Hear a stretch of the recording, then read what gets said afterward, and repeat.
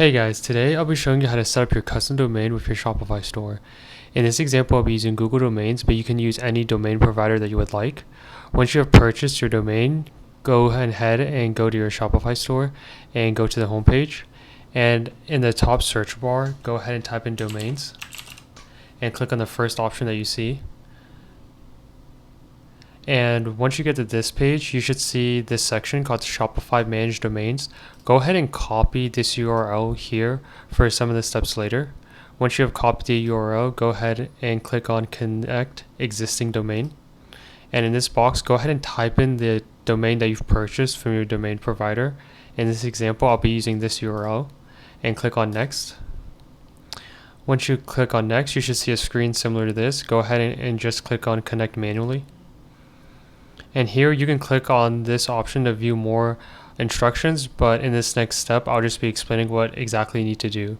So once you've gone to this step, go ahead and go to your DNS settings of your domain provider and scroll down until you see a section that's very similar to this called like custom resource records.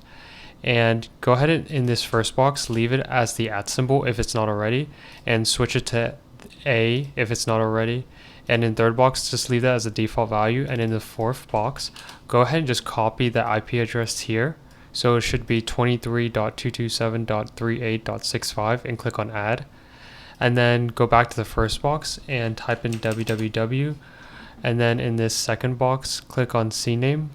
And in the third box, leave it as a default value again. And in the fourth box, go ahead and paste the URL that you copied from earlier. So this was my URL from earlier, so I just copied it here and pasted it, and then click add.